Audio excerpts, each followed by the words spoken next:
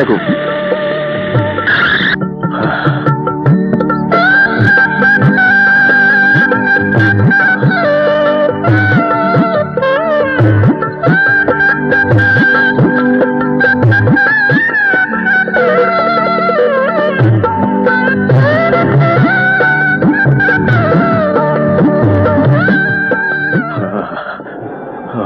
তো তোমার শরীরটা পুরো যেতেছে।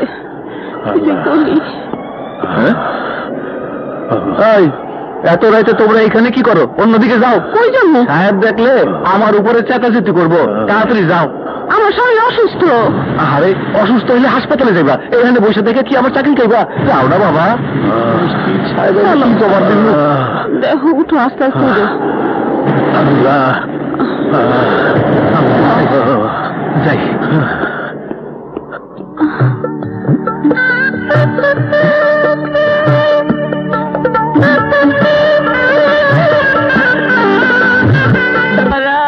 একটু সাহায্য করো বাবারা, ভাই মানুষটা 2 দিন ধরে কোনো খাওয়া নাই দাওয়া নাই, একটু সাহায্য করো বাবারা। আমার পোলার কোনো ঠিকানা খুঁজে পাইতেছি না, কোনো ঠিকানা খুঁজে পাইতেছি না বাবারা। পলাশ, তুমি আমার সঙ্গে চলো। আমি এয়ারপোর্টে যাবার আগে তোমাকে অফিসে নিয়ে গিয়ে সবকিছু বুঝিয়ে দিতে চাই। এত তাড়াতাড়ি এসবের কি প্রয়োজন?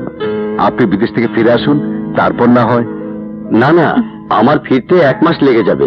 এতদিন বিজনেস তোমাকেই সামলাতে হবে, পারবে না? আপনার দোয়া থাকলে আমি ঠিকই পারবো। Thank you. জি চলো চলো।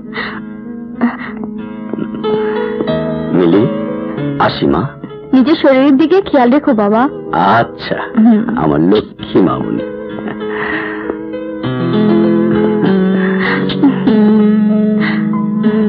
বাই বাবা। বাই। খোদা হাফেজ। সালাম আলাইকুম স্যার। একটু দয়া করেন বাবা, একটু দয়া করেন বাবা, একটু ওষুধের ব্যবস্থা করে দেন বাবা। আমার স্বামীরে বাঁচান, আমার স্বামীরে আপনারা বাঁচান, গায়ে ভীষণ জ্বর।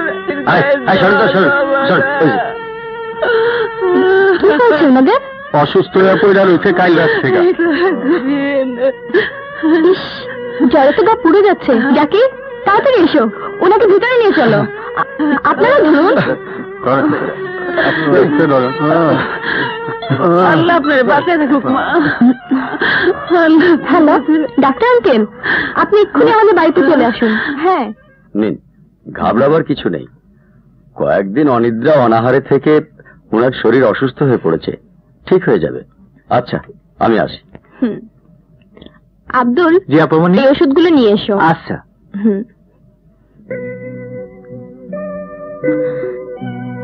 তোমার এই ঋণ যে আমি কেমনে শোধ করুম মা?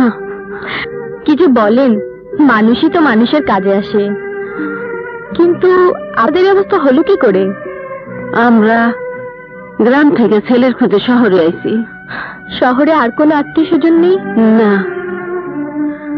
তাহলে ছেলেকে যতদিন খুঁজে না পাবেন ততদিন আমার বাড়িতেই থাকুন। তোমার এখানে? হ্যাঁ, আমাদের এত বড় বাড়ি, আপনারা দুজন এখানে থাকলে কোনো অসুবিধাই হবে না। একটা কথা কই, মনে কিছু করো না মা। বলুন। ছেলের না পাওয়া পর্যন্ত যদি আমরা তোমার এখানে থাকি, তাইলে আমি তোমার সংসারে খুঁটিনাটি সব কাম করি। না না, কাজের মানুষ তো আছেই। আছে তো কি হইছে? তোমার উপকারের বদলে যদি এইটুক করতে পারি, আমার মনটা শান্তি পাইব। বেশ তো, যদি আপনার ভালো লাগে তাহলে করবেন। আচ্ছা, আপনি ওনার পাশে বসুন, আমি উপরে আছি। আচ্ছা, প্রয়োজন হলে ডাকবেন।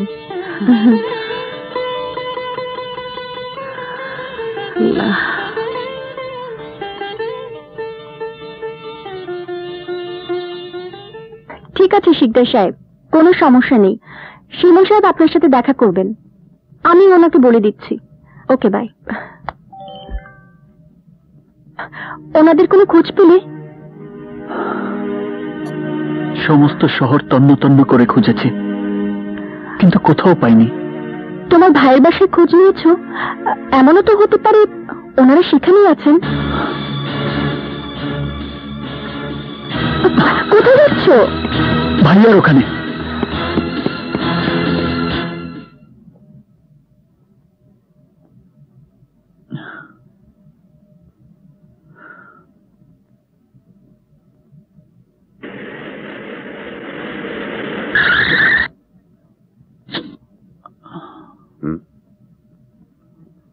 তুই এখানে কি চাস? তোমার কাছে কিছুই চাইতে আসেনি, শুধু জানতে এসেছি বাবা আর মা তোমার কাছে এসেছে কিনা। বাবা মা? হ্যাঁ, তোমার জন্য বাবা যে টাকা নিয়েছিল সেই দেনার দায়ে ওরা বাবা মাকে বাড়ি থেকে বের করে দিয়েছে। শুনেছি ওরা আমাদের খোঁজে শহরে এসেছে। আরে এই ঠিকানাই তো জানে না, আসবে কি করে? তোমার বাড়িতে আমার বাবা মা আসুক বা না আসুক, একটা কথা তোমাকে স্পষ্ট করে বলে যাই মিস্টার পলাশ, আমার বাবা মায়ের এই পরিণতির জন্য দায়ী তুমি। যদি আমার বাবা মায়ের কিছু হয় তাহলে আমি তোমাকে।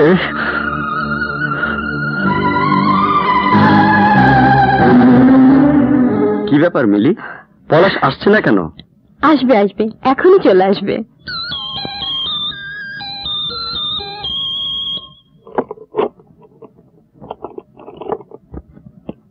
হাই দোস্ত। Hi friends.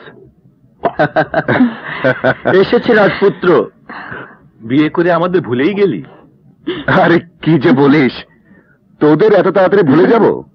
আব্দুল, আব্দুল।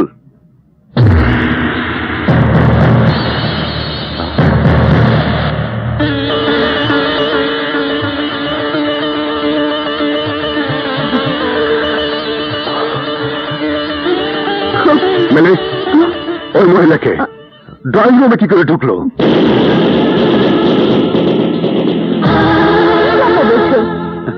মা অসুস্থ স্বামীকে নিয়ে ছেলের খোঁজে পথে পথে ঘুরছে, তাই ওনাদেরকে এখানে নিয়ে এসেছি। ছেলেকে পেলেই চলে যাবে। তাই বলে চেনা নেই জানা নেই বাড়িতে আশ্রয় দেবে? আরে কিছু টাকা দিয়ে বিদায় করে দিলে তো হতো।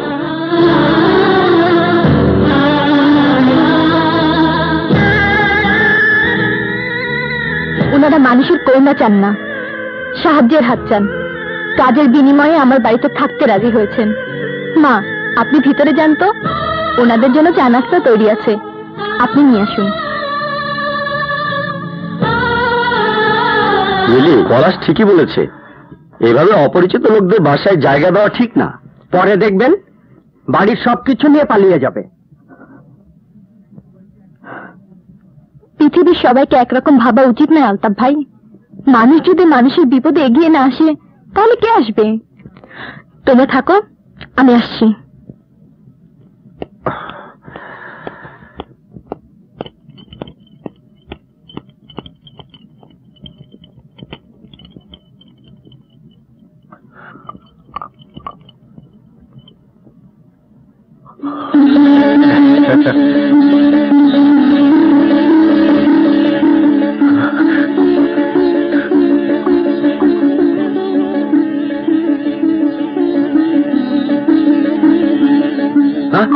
Oh shit!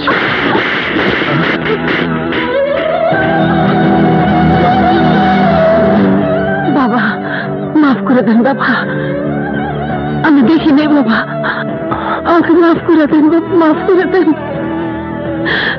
আমি দেখিনি বাবা।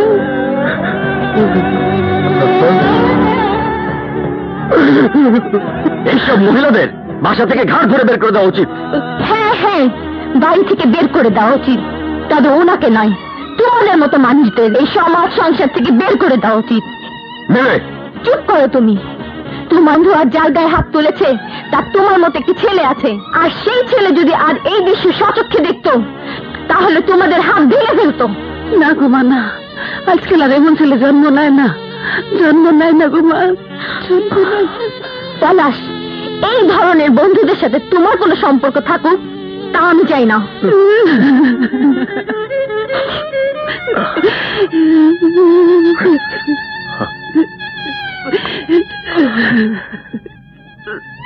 তুমি কাঁদতেছো সালমা? না না, চোখে কি জানি এটা পড়ছে। তোমার লগে এতটা বছর সংসার করতেছি সালমা, কোনটা তোমার চোখের পানি তা আমার বুঝতে অসুবিধা হয় না।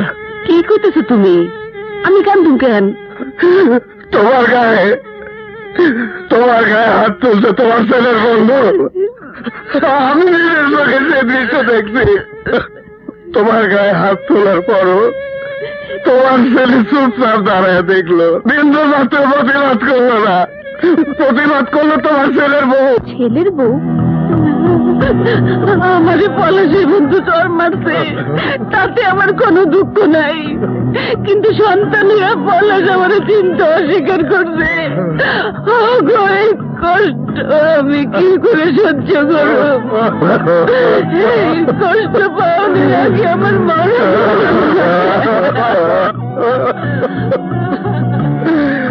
মরণ হয় না শিবলের লাগা, তোমার ছোট ছেলে শিবলের লাগা তোমার আমার বাইরে থাকতে হবে সালমা।